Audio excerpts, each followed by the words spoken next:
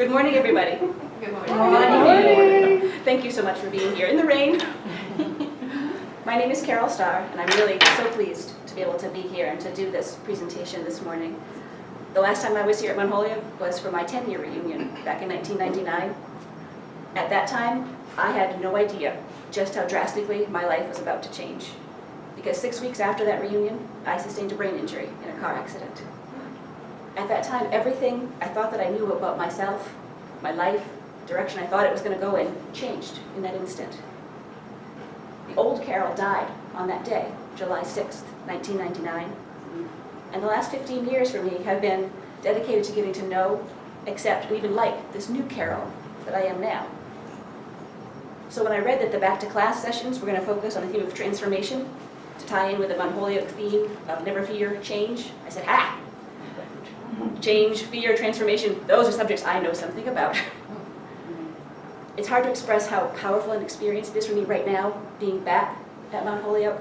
This is the first reunion that I've been well enough to attend, and to have the opportunity to give this speech to all of you. So first I want to thank you all for being part of this with me. My plan is to talk for about 35 minutes or so, because I want to make sure that there's some time for questions at the end. If I forget about questions, please remind me. I got 3 goals in talking this morning. 1, I want to share with you what some of the symptoms of brain injury are and the challenges of coping with it. My focus is going to be on mild brain injury, because that's what I know and deal with, and it is most common. By the end of this talk, I hope that you know that even though the word mild kind of implies, that's no big deal, that isn't necessarily the case. It can be a serious injury with potentially lifelong consequences. 2, I'm going to be talking about the difficulties living with a disability that's mostly hidden. To look at me, you would never know if there's anything wrong with me. But just because I look fine, it doesn't mean that there isn't a great deal of struggle that's going on beneath the surface. And 3, I'm going to be sharing my own personal journey of transformation and happiness. There's an old John Lennon song that says, "Life happens when we're busy making other plans." That's very true. When I was a student here at Mount Holyoke, and even the last time I was back for a reunion, I really just sort of looked at my life as it was going to be a trajectory that mostly was going to go up. I was going to continue to build my career, I was going to get married, have a family. Of course, I knew there were going to be ups and downs, bends in the road, like everybody has. But absolutely nowhere in my plans was there room for a Mercury Sable going 50 miles an hour to broadsiding the driver's side. When I was 32, rather early in my life and career, leaving me with a lifelong brain injury. But that is what happened. My story isn't one of making this miraculous recovery and triumphing over brain injury through grit determination, but rather it's a quieter one of finding acceptance and happiness within it. My hope in this morning is that even though this is my story of transformation, that in listening to it, you find insights that apply to your own experiences. I'm going to start my remarks this morning with 2 quotes, which will give you an idea of where the title for my speech came from. The first is by Helen Keller, who knew a heck of a lot about living with a disability. She said, "When one door of happiness closes, another opens. But often we look so long at the closed door, we do not see the one which has been opened before us." The second is by Winston Churchill, who knew a lot about fighting battles that at first seemed hopeless. Never, never, never give up. So I combined the 2 of them to create the title for my speech, Never Give Up on Happiness. As a general rule, brain injury, it tends to do quite the number on happiness. Think for a moment in your own lives about the things that make you happy. Family, friends, career, hobbies. Brain injury has the potential to change or destroy so many of those fulfilling aspects of life, like the ability to learn, to hold a job, to interact with family and friends, to pursue recreational activities, to take care of oneself. It doesn't just close the door of happiness, it slams it shut, and for good measure burns it. At least that's how it felt to me early on. To find happiness again, I had to tear myself away from the wreckage of the old door, find the new door, and then figure out how to unlock it. Looking back now, nearly 15 years post-injury, I can identify what some of the key actions and moments that have helped me along my own bumpy road back to happiness. I just used the word key on purpose, because I'm going to continue with Helen Keller's metaphor of the door. The keys to finding and unlocking my own door of happiness have included regaining a sense of independence, a sense of competence, and a sense of purpose. as well as a few big moments, which I can only describe as epiphanies, that I'm going to explain later. Now I'm going to tell you a little bit about my pre-accident life, the brain injury and its aftermath, so I can give you some context as I share my journey back to being happy again. So a couple of minutes ago, I asked you all to think about some activities that made you happy.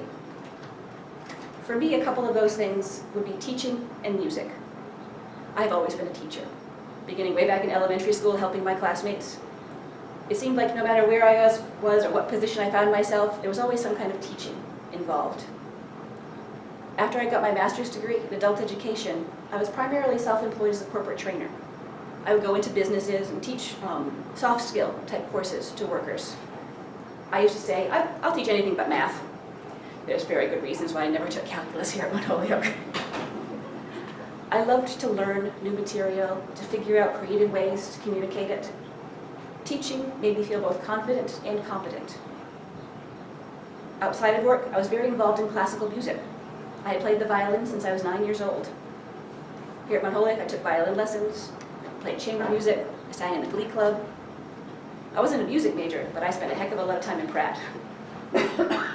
After graduation, I joined a community orchestra and a chorus. I absolutely loved being an amateur musician, rehearsing, performing, being surrounded by sound. Music gave me that opportunity to be part of something that was bigger than me. There are lots of folks who love loud rock music. I loved loud classical music. Being an amateur musician was something that I planned to do for the rest of my life. On July 6, 1999, I was on my way from one teaching job to another when I was broadsided on the driver's side by somebody going about 50 miles an hour. The last thing that I remember is a really loud sound of metal on metal. The airbags went off, every window in the car was broken, spun 180 degrees, ended up on the opposite side of the road. But I don't have any memory of those things. I only know they happened because I saw accident photos later on. I was taken by an ambulance to the emergency room, and there they diagnosed me with just whiplash. My head did hurt, but it was interesting that somehow I didn't think that maybe I should tell them that my head hurt. That's brain injury in action. It took about 6 weeks for the brain injury to be diagnosed, and then nearly a year until I received any treatment for it. And unfortunately, for injuries like mine, that are so-called mild, that is heartbreakingly common, and it leads to so much unnecessary suffering. The word mild, all it really means is that I was unconscious for less than 20 minutes. It has nothing to do with the amount of damage done to my life and my ability to function. So when I did try to go back to normal life, 6 weeks or so after the accident, it became apparent that something was very wrong. I was completely exhausted all the time, and my head just hurt. It would feel like someone was squeezing the left side of my head. I tried to go back to work. I was teaching one class, 2 hours. That 2-hour class would leave me exhausted for 2 days, just on the couch, could not function at all. I couldn't remember my students' names. Every time they'd walk in the door, I'd say, "Are you new?" I eventually learned not to ask that question. I would lose track of what we were doing. I'd put them in groups to do things and just sort of leave them there because I couldn't quite figure out what else to do. I had a hard time following my own lesson plan. I couldn't focus or follow the conversations that would happen. It's really hard to explain the mental fatigue that comes with brain injury, even from simple activities. For example, every morning, my morning shower would absolutely exhaust me, so I had to take a nap. For the first 1.5 years, I had really bad hair days. I'm sure most of us at Mount Holyoke pulled all-nighters, writing papers, having fun. You know what that kind of tired feels like? The tired that comes after brain injury is so much different. All-nighter fatigue is like a cakewalk compared to brain injury fatigue. It was so different than anything I'd ever experienced my entire life. I also tried to go back to music. I had played in orchestras since I was a kid, so it had always been like my second home. It wasn't anymore. Walking in, it sounded so loud to me that I couldn't tune out the noise. And I got so confused that I didn't know where to sit in an orchestra I'd been playing in for 10 years. I looked up at my violin case, a string had broken. I couldn't seem to change that violin string. I couldn't even remember how to get home, and a friend had to drive me. I literally spent days on my couch from just a few minutes of music. It seemed like the ultimate cruel joke to afflict a musician with an intolerance to noise. I didn't understand it yet then, but what my brain injury had left me with was something called hyperacusis, which is an extreme sensitivity to sound. Every kind of noise sounded louder to me than it really was. For example, whenever a plane would go overhead, I would actually literally duck because it sounded so loud to me like it was coming at me. A sudden sound like an alarm would cause me to scream and sometimes literally fall over. I have earplugs in right now and headphones just in case. I was also struggling with basic life activities. At the grocery store, I would stand in the produce section for very long periods of time with an apple in each hand, unsure which one do I buy. I graduated Phi Beta Kappa, third in my class from Mount Holyoke, and I was bamboozled by apples. I once spent half an hour in the bread aisle because they were out of the brand that I buy, and I had no idea what to do. I had to call my mother because I was so confused at that point. When I could buy food, it would just end up going bad because I'd look at it and I didn't quite know what to do with it. For some odd reason, I got quite fixated on cottage cheese. That's what I ate for dinner most nights. Why cottage cheese, I have no idea, but that was my meal of choice. Even now, still, when I get tired, that's what I go to. Like many of us, I've always been somebody who loved to read, but I just stopped reading the paper and magazines and books because it got so hard to focus and pay attention and follow what I was reading. Family gatherings that I'd always enjoyed so much just became unbearable. I had a hard time holding a conversation, especially if there was more than one person talking or there was lots of background noise. I couldn't remember what people were telling me, although I did try to hide that from my family. My speaking was slow and halted. I'd lose my words. Most of the time I just didn't say anything. I felt really alone, like a stranger among the people who knew me the best, like I'd lost my place in my own family. I would often call them and say, I don't know what to do. Or even more difficult for them, I'd have a good half hour and call and tell them, I'm ready to go back to work full time, and then not understand why they disagreed so strongly. I felt like a burden to my family and friends, like I was a failure as an adult. My emotions were all over the place. I cried a lot over the strangest of things. I sobbed hysterically over sappy commercials on television. You wouldn't know that the Rose Bowl parade could be a tear-worthy event, but it was for me. Whenever plans would change suddenly, I would cry.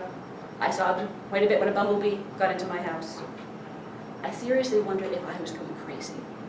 I kept thinking that if I just try harder, if I push harder, I can make this go away by sheer force of will. As Mount Holyoke women, we're well schooled in the idea that we are uncommon women, and anything is possible if we try hard enough. But for the first time in my life, that wasn't true anymore. The harder I pushed, the worse everything got. I felt like an absolute failure as a Mount Holyoke graduate. While all of that turmoil was going on in my head, people kept telling me, you look great, you're doing fine. But I wasn't. Sometimes I almost wished that I had a cane or a cast or a something that would let people know that I had an injury and needed help. That is one of the hardest parts of having an invisible disability. Yes, no one stares at me in the supermarket. But unless people know what to look for, they don't always realize how difficult life can be with a brain injury. Even when I could explain what was going on, people would often say things to me like, oh, that happens to me too, which just dismissed what I was going through as ordinary, when it most definitely was not. So I'm here to tell you that, oh, that happens to me and you look great, are probably two of the worst things you can say to someone with a brain injury. Because even though many of us look okay, our brains are working 100 times harder to do activities that for most people are just completely simple, done without thinking. Early on after the injury, I blamed myself for not trying hard enough, for being weak, for being lazy, when none of those judgments were true. I ended up having to stop both teaching and music. The grief was overwhelming at times. To make a comparison, we've all experienced grief over the loss of a loved one. My own mother died nearly 4 years ago. And I can honestly say that the brain injury grief that I went through was worse than even that. It seemed like my life was just over. There were times, more than I like to admit, when I thought about ending my life. I'm going to read you a poem that I wrote during that time, which gives you an idea of my mindset. It's called Phoenix. At the end of my street, on the edge of the marsh, stands a tree.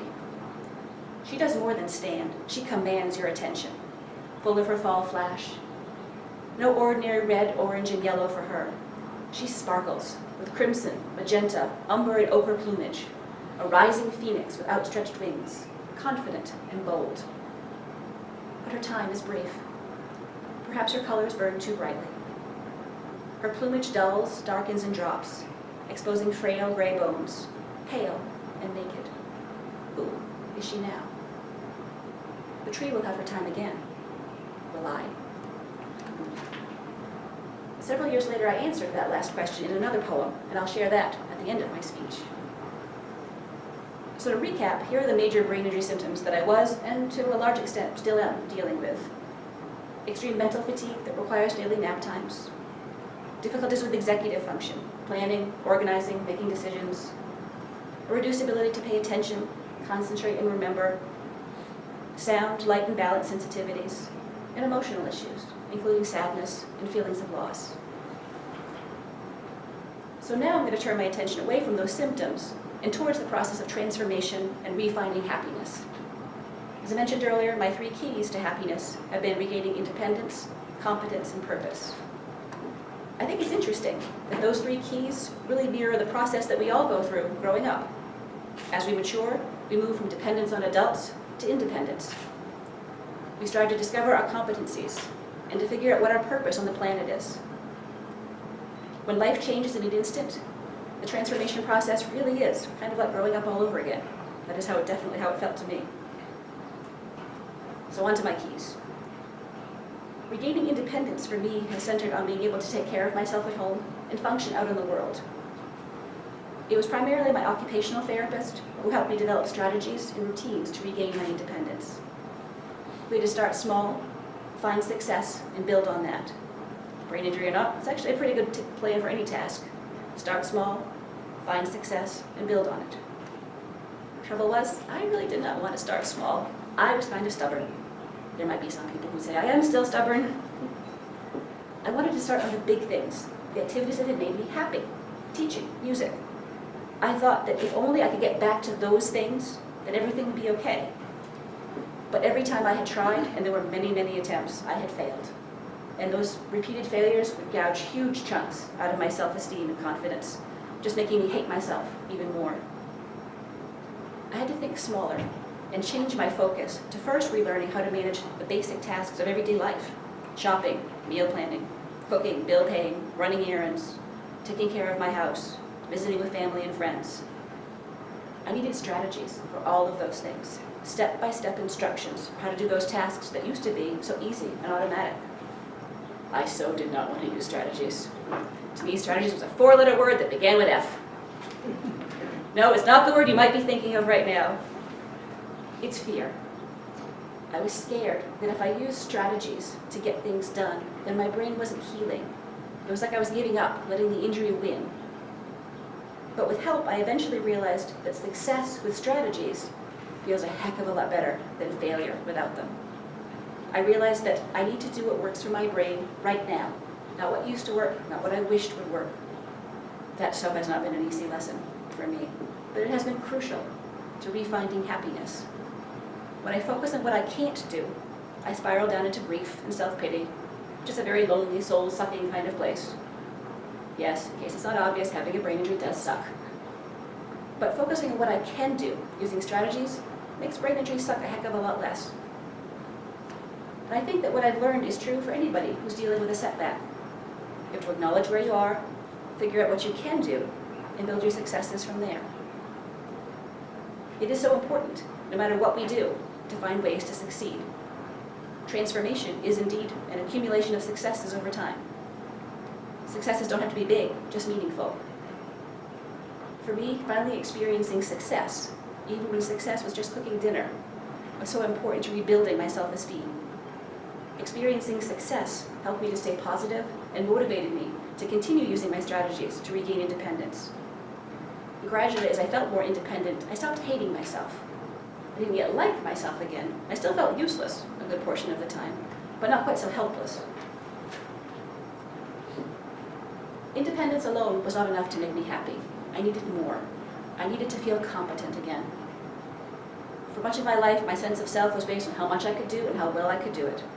Like many a Mount Holyoke women, I'm a classic type A, perfectionist, high achiever. To regain that much needed feeling of competence, I had to find new activities that I could enjoy and feel successful at. I was very surprised to discover a desire to make things, to use my hands to create, which was something that I had had no interest in pre-injury. To this day, I am so proud that I listened to that little voice inside that said, make something. It was the first time that I turned away from beating unsuccessfully at my old door of happiness and toward opening the new one. Because using my hands was so very different, I had no comparison to the old Carole. It didn't activate any grief over what I lost. I had absolutely no expectations of myself, and it didn't matter how much I could do, or how well or how fast I could do it. There was no timetable to follow, no deadline to meet. I started out very simply with a basic paint by number. This is it right here. It's a good thing I like to save things. When I first started this, I could only work on this for 15 minutes at a time, and then I'd be so tired I had to take a nap. But I loved working on this. I liked seeing the colors come together, the satisfying feeling of being able to start and to finish something. I felt relaxed as I worked on it. As my feelings of competence grew, I said, well, I could try other crafts. So I branched to jewelry making. I've done cross-stitching, knitting, all kinds of different things. Through focusing on crafts, I regained some of my ability to concentrate and pay attention. Completing projects gave me a sense of mastery and accomplishment. By making gifts, I was able to give to other people instead of always being on the receiving end of help. I participated in an art show at the rehab hospital where I received my treatment, and people actually bought my jewelry, which was very rewarding. As part of my volunteering at that hospital, I taught other brain injury survivors how to make jewelry, which gave me a way back into teaching. As a result of all that, 11 years ago, I was asked to participate in a workshop on creativity at the Maine Brain Injury Conference. And while there, I had my first opportunity to speak briefly in front of a group again. I was quite nervous, but it felt like I was coming home. And I just knew I wanted to do more speaking about brain injury. So, in those 11 years since, over the years, I've gone from being on panels about brain injury, to giving short talks, to organizing workshops, to running conferences, to delivering keynote speeches. I'm working slowly, ever so slowly, on a book, and I have dreams of someday being a national speaker. 4 years ago, I co-founded Brain Injury Voices, which is a volunteer group of survivors in Maine. Our mission is to educate medical professionals about brain injury from the survivor point of view, to advocate for the importance of rehab services, and to support other survivors through peer mentoring. Actually, we just returned from Washington, D.C. 10 days ago, where we received a National Volunteer Award from the American Hospital Association for our impact. So over the last 4 years as a group, we volunteered more than 6,000 hours. I am a teacher, again. I've long since accepted that I may never be able to hold a full-time job, but I've discovered that career doesn't have to mean full-time job. That I can have what feels to me like a successful career I can do about 10 hours a week now. I can trace the competence that I gained from this paint by number all those years ago to the competence I feel at this exact moment, talking here. That is the wonderful thing about competence. When we figure out what we're good at and do it, we just never know the amazing directions that can take us in. It took me a long time, but gradually I stopped feeling like I was such a pit of bottomless need and began feeling like maybe I do still have something to offer the world. I started to be proud of myself again. As I continued to make the crafts, especially the jewelry, a lot of people said, well, you should make that into a business. But that didn't interest me. I loved the crafts as a hobby only. I needed to find my sense of purpose somewhere else. To me, purpose is a kind of inner wisdom, a deep knowing of why am I here? What do I have to offer the world? These are questions we all face in our lives. In hindsight, as I think about my life before brain injury, it was full of activity and busyness, but not so much on the purpose. I was running on a treadmill that kept going faster and faster without really taking me anywhere. Some sort of crash was probably inevitable. I just never dreamed it would be quite that literal. As awful as having a brain injury has been, one silver lining is that it sharply focused my sense of purpose. I know very clearly now that I want to use my life and my experiences to increase awareness of brain injury and to help brain injury survivors and the professionals who work with them. My limitations do restrict how much I can do, but I discovered that having a sense of purpose is more about quality than quantity, about choosing to make meaning out of suffering.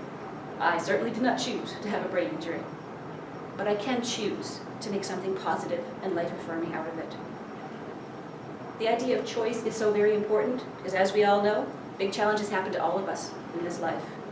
Be it a job loss, relationship ending, a health challenge, death of a loved one, to name just a few of life's more challenging times. We may not be able to choose what happens to us, but we can choose how we look at it, what we make out of it. I think that's one of the ideas embodied in Mount Holyoke's new slogan. For me, having a sense of purpose not only helped me find happiness, it also helped save my life.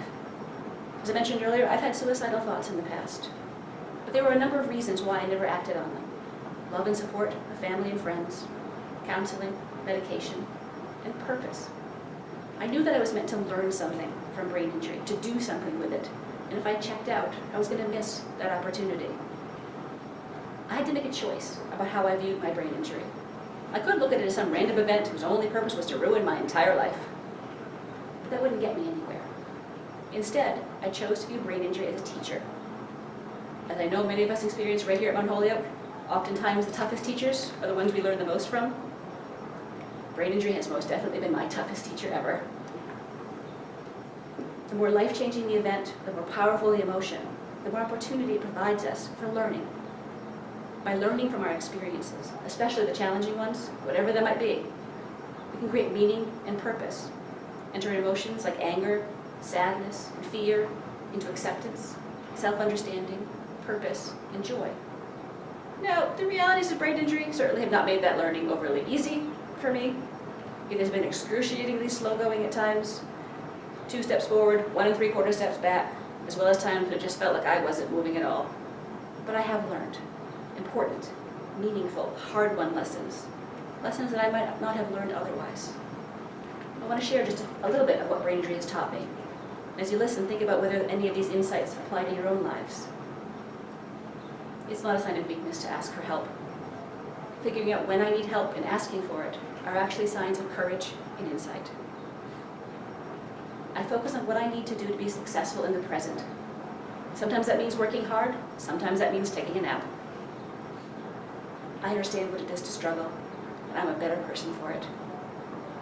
My empathy and perception skills are stronger as a result of my struggles. I might get scared, have weak moments, but my determination, motivation, and absolute refusal to give up will always win out. I'm not just a cracked version of my old self. I'm a new, whole person who is different than I used to be, but no less valuable.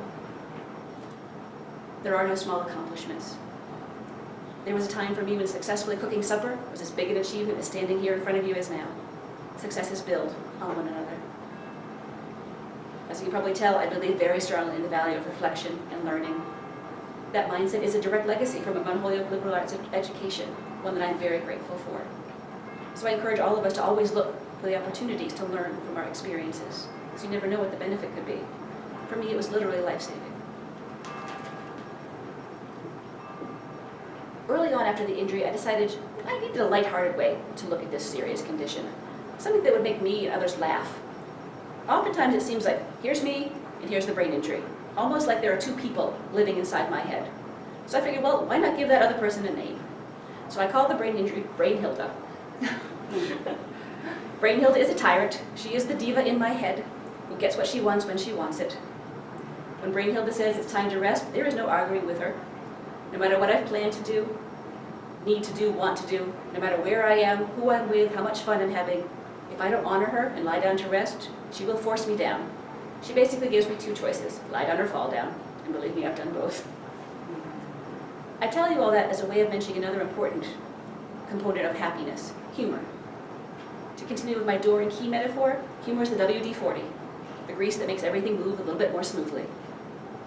Humor, of course, doesn't change the challenging situation, but it does somehow make it more bearable.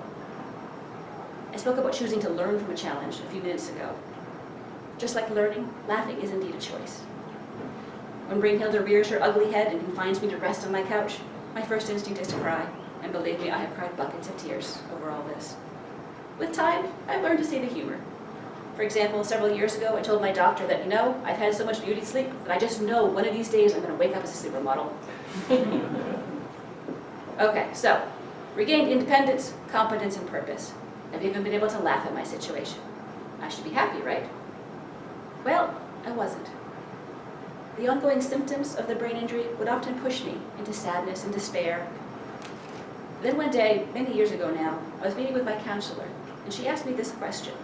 She said, "Is it possible for you to accept that you're not going to make a full recovery? Can you still have a happy life?" I instantly started crying. Not just a couple of tears, but outright sobbing. The loud, can't catch your breath, hysterical, kind of embarrassing kind of sobbing. The fact that my old life really was indeed over seared through me in a way that it never had before. In that moment, what I realized was that I had been judging every bit of improvement, every bit of my life really, against the standard of the old Carole. In other words, I was still desperately trying to unlock that old door of happiness. I had thought that regaining independence, competence, and purpose would unlock the door to my old life, but they didn't, because they are in fact the keys to my new door of happiness. After that conversation with my counselor, I was more able to stop judging myself against the old Carole and focus more on accepting and learning to appreciate the new Carole. In dealing with any kind of challenging life event, there comes a time when we have to stop looking back at the life that was and focus on the life that is now. Until that happens, we stay stuck and unhappy. I'm sure you've all had the frustrating experience of working really hard at something, yet the harder you try, the worse it gets. For example, trying to write something, the words won't come, figuring out a new computer program, just can't get it, convincing a teenager to do something. Sometimes the way forward isn't to do more, to try harder. Rather, it's to let go, to give it a break. Notice I did not say give up, but rather let go, because they are different. That was the next epiphany that I experienced about 7 years ago or so now. At that time, despite the fact that I liked myself again, I mostly accepted the brain injury, I still struggled with how unpredictable my symptoms were. I just never knew when a sudden noise or movement, or too much thinking, too much talking was just suddenly going to overwhelm me. Despite my careful plans, things would often go badly.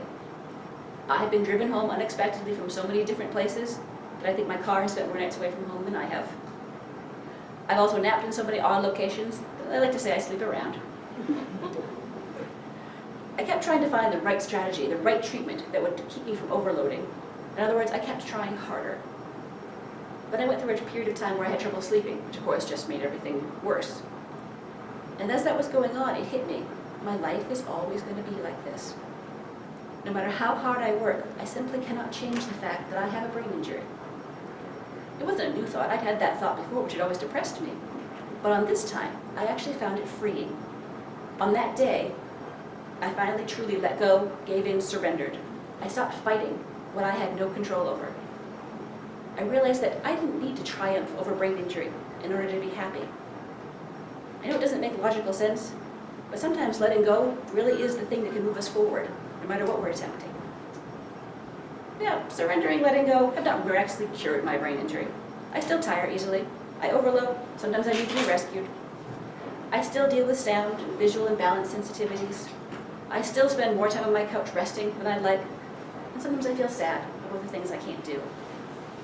My brain injury symptoms are annoying, time-consuming, and limiting. Like I said earlier, kind of sucks. Letting go means that I accept all of those things and focus on what I can do right now. Letting go means that despite everything, I choose to be happy anyway. I said earlier that letting go does not mean giving up. I still see half a dozen different doctors and therapists, and I continue to make progress, slowly in small steps, even now, nearly 15 years post-injury. I refuse to give up. Letting go means that I trust that where I am right now in my recovery, even when that place is my couch, is where I'm supposed to be. I can be happy in the present moment, even as I strive to continue for more. So when you're struggling really hard with something, you've done everything you can think of, think about letting go and see if something good happens. That letting go epiphany 7 years ago opened wide my new door of happiness. Since that time, I have been consistently happier than I was even before the brain injury. As I've talked about these epiphanies I've had over the years, they might sound almost magical. Maybe some of you are thinking, how did she do that? Or I could never do that. As I prepared this speech and thought more deeply about those experiences, they seemed a lot less like magic and more like just endpoints to a really long process. I like to compare them to a child learning how to ride a bicycle. The magic part comes when the parent has been running alongside holding the seat, let's go, child flies. Each epiphany that I described to you was kind of that kind of moment for me. but I'm sure many of you have learned to ride a bike, taught a child how to ride a bike, then you know that success, it doesn't usually come on the first try, the second try, the third try. Even though we type A perfectionist high achievers and sort of think it should, it takes a heck of a lot of practice. Before the magic comes hard work, sweat, tears, bumps, bruises, frustration, falls, maybe a few curse words under the breath. It doesn't seem like it's ever going to happen. But eventually, muscles get strong enough, coordinated enough, and confident enough to take on the task. Then there's magic. So it's been with each of my epiphanies.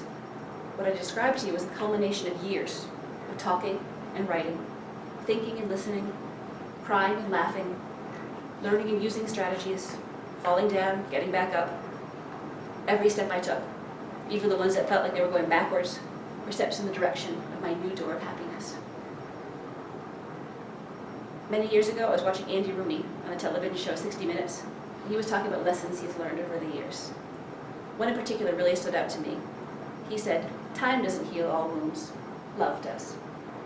That brings me to one final key that I haven't mentioned yet. I think that's because it's been really an integral part of all the others. It's support. I guess you could call it the master key. Support for me has come from so many different places: family, friends, support groups, doctors, therapists. Brain injury, like any life-changing event, is definitely a team sport. Successful transformation definitely requires that support from so many people. I know that I could not have gotten this far, physically, mentally, or emotionally, without my team. My ongoing recovery and renewed happiness is as much a testament to their dedication, patience, and optimism as it is my own determination and hard work. So to my friends who are here today to support me, thank you.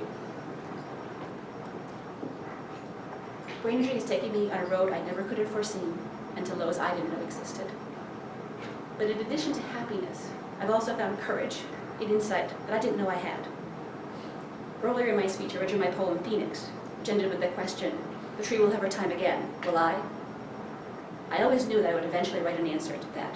It took many years, but here's my answer. This poem is titled Phoenix Revisited. At the end of my street, on the edge of the marsh, stands that same tree.